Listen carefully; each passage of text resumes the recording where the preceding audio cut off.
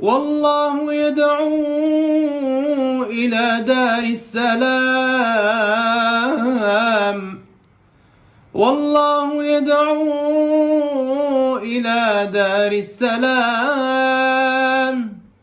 ويهدي من يشاء إلى صراط مستقيم.